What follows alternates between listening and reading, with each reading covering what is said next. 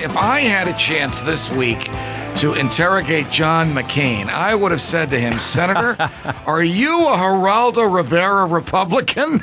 I should have, and I will next time. I promise, Geraldo Rivera. Please do, because I am proud to be to have him associated with me. And they called him Michelle Malkin, my archenemy, pejoratively, Geraldo Rivera Republican.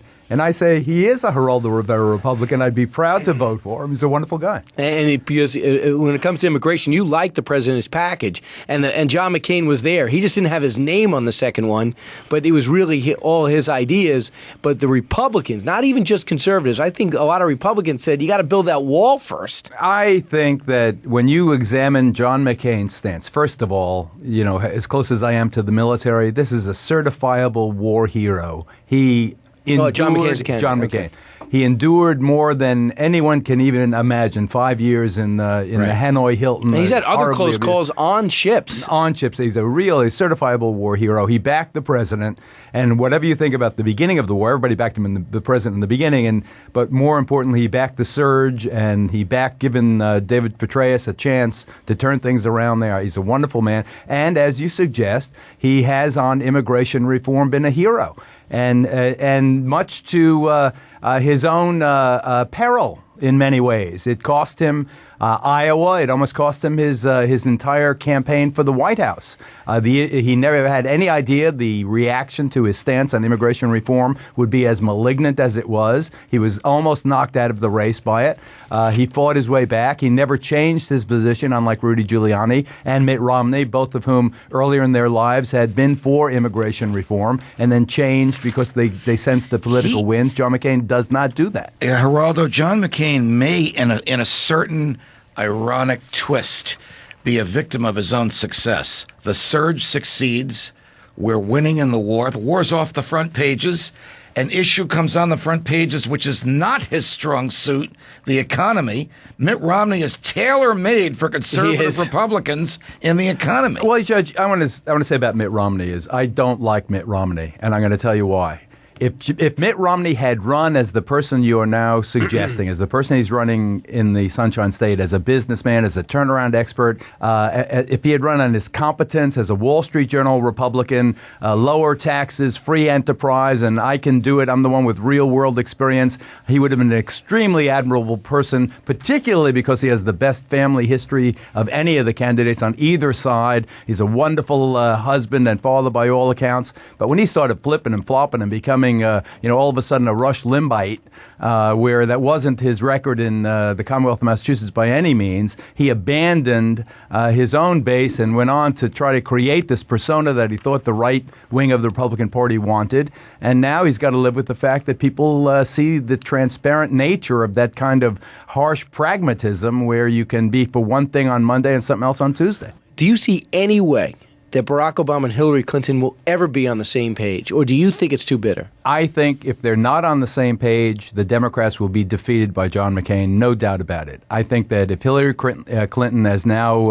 is expected to be the nominee, although it will be very close and will be interesting to watch Super Duper Tuesday, if she doesn't reach out to Barack Obama and say, I want you to be my vice president, not making a pragmatic choice, not picking some, white guy from Indiana, right. Like Evan Bayh or, some safe candidate, but reaching out to Barack Obama. So it's a woman and an African-American. If she does not do that, I think black people are going to stay home next November. Stay home. They're going to stay home. You don't think that's too radical a change for middle America to expect? Oh, I'm not. I think it's too bad, Judge. Now that race has become an issue, I can tell you as a reporter, not as a commentator, I was on 138th Street with Hillary in the Abyssinian Baptist Church. I was outside.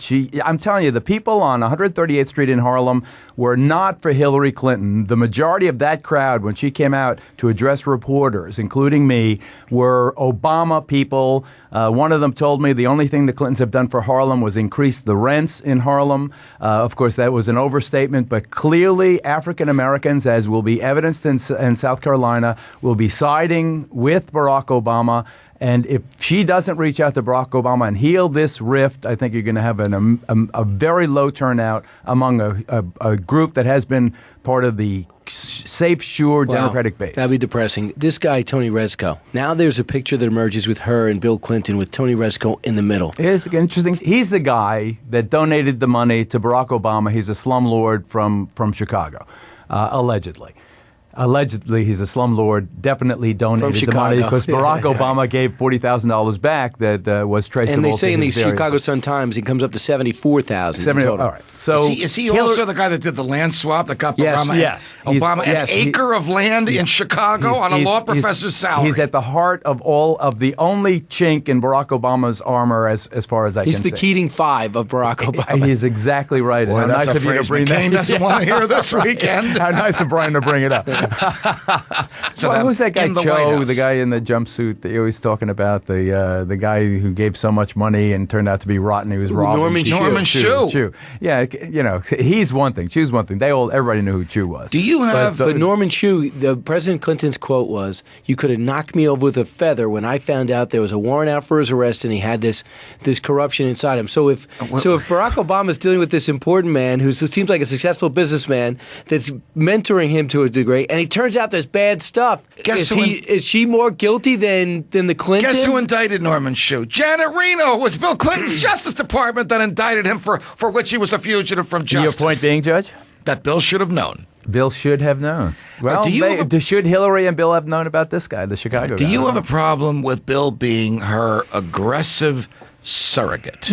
No, and I think that what you're seeing is not only is he a former president and obviously has standing to be part of this, he's also the first guy in that role. And so how do you know what's right and what's wrong to do, what's appropriate and what's not appropriate? I think if it was a woman who was that pushy, the way our society is structured, it would look bad and it would have a negative effect. But him doing it, I'm not so sure. It's like, I don't know if I should go into that house and just open up machine gun fire. Who knows what's inside? So I'll just do it anyway. It's not like that at all. But it's not like that Vladimir Putin's if my wife was running and someone started taking cheap shots at her, I'd be just as red-faced as Bill Clinton, as much as a brown man could be red-faced.